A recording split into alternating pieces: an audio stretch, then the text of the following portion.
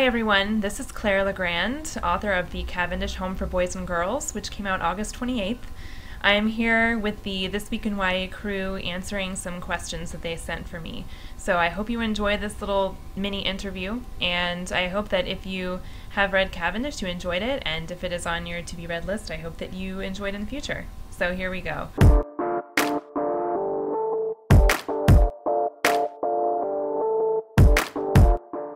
A couple of real-life locations and situations actually inspired me to write Cavendish.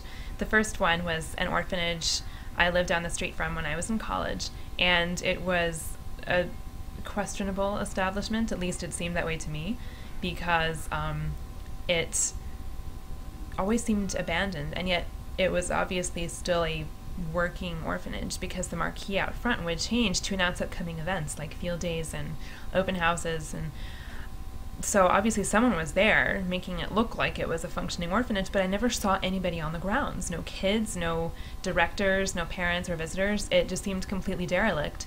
And adding to this impression was the fact that there was a side door on the side of the building that was often roped off with police caution tape.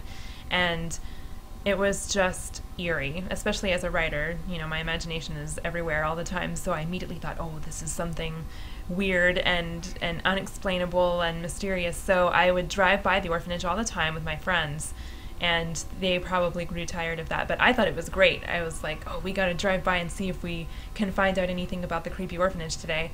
And then one night, I was going out for a late night snack run with a friend of mine, and it was pitch black outside, and we drove by the orphanage to see what we could see, as I usually did, and this unmarked paneled van came out of the driveway and started following us around town.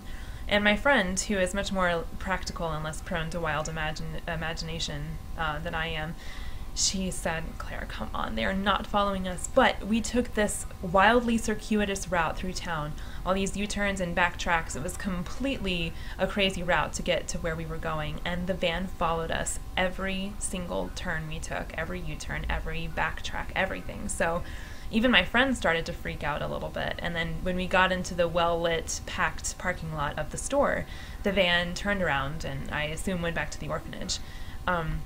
So it was kind of spooky and fun at the same time, so I knew I had to write a spooky and kind of fun at the same time orphanage story, and that's where Cavendish, the nugget of the idea that became Cavendish, began. Another element that really inspired me is the town where my dad lives. It is a beautiful town, lovely and well kept, lots of great stores and restaurants, but there's a lot of money there. And so at times I perceive it to be this very Stepford-esque town with people really focused on the superficial and on conforming to a certain aesthetic ideal. And so I put those two nuggets of ideas together, the Stepford-esque town and the creepy orphanage, and I said, let's put these together. And what would happen if there was this picture-perfect town? And one of the ways they maintained that perfection was by creating these perfect little kids that were everything they wanted them to be. And they achieved those perfect little kids by sending them to this orphanage. And sometimes the kids would come out of the orphanage better versions of themselves, prettier, or smarter, or more well-behaved. And sometimes the kids wouldn't return at all. And so that was the genesis of Cavendish.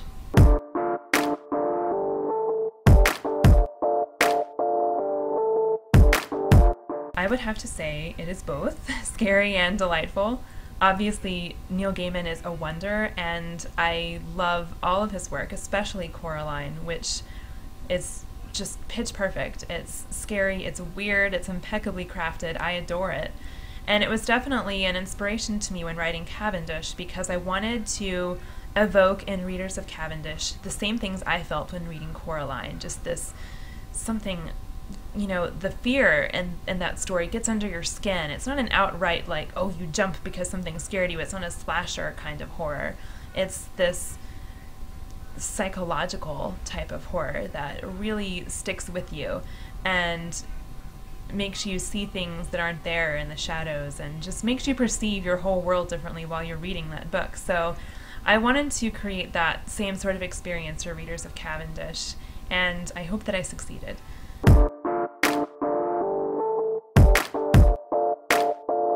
Yes, it absolutely does. That's the short answer. A slightly less short answer is I used to be a musician, and one of my goals in life was to play in the New York Philharmonic. I went to college to study music, and it was a huge part of my life, middle school through the first 2 years of college. I was in band in high school and middle school.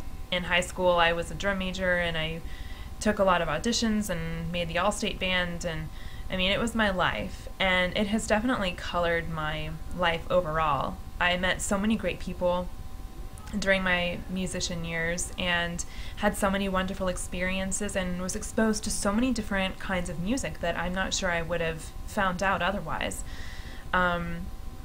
So the majority of music that I listen to even now, long after leaving the world of music behind, is instrumental music, classical, and film scores especially. I always loved film scores since I was a kid. And so for each project, I compile playlists that basically go scene by scene. So for each scene, I have a track or two that correspond with that musically. So you could theoretically go from the start of one of my playlists all the way to the end and hear the entire book played out musically. Music is one of the things that helps me brainstorm. If I get stuck on something, if I get stuck in a particular scene, I try to find the perfect piece of music to accompany it, or I go back and revisit music that I've already found, and it gets my brain in gear. It's just, I guess because I spent so many years studying it and immersing myself in that world, it's a huge part of my general creativity.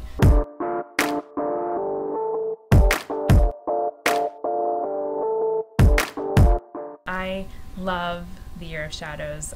I love Cavendish very much. It was the perfect book for me at the time, and it helped get me started in the publishing world. The Year of Shadows is an even more personal and special project to me.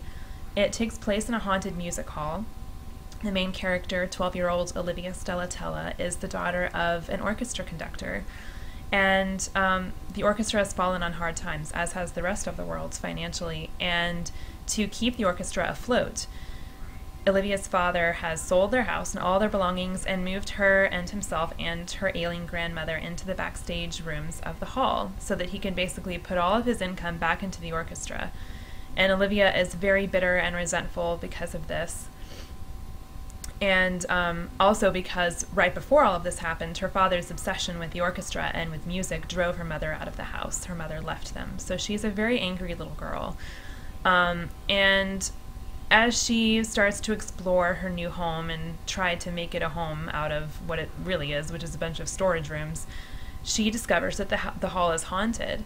And in helping these ghosts who are stuck in our world and want to move on to the world of death, and helping them unravel the mysteries of their lives and their deaths and how that ties into the hall, Olivia starts to realize that by helping them, she can help herself.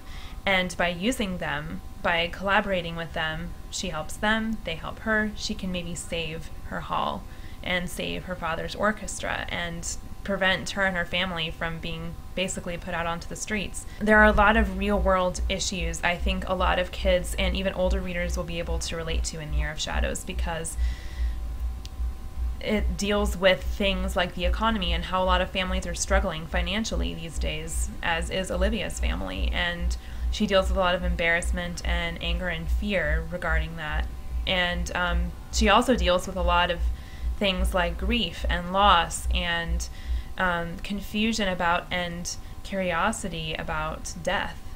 And those things are, I think, things that kids, but even older readers, maybe especially older readers who are maybe at a more introspective part of their lives, can relate to.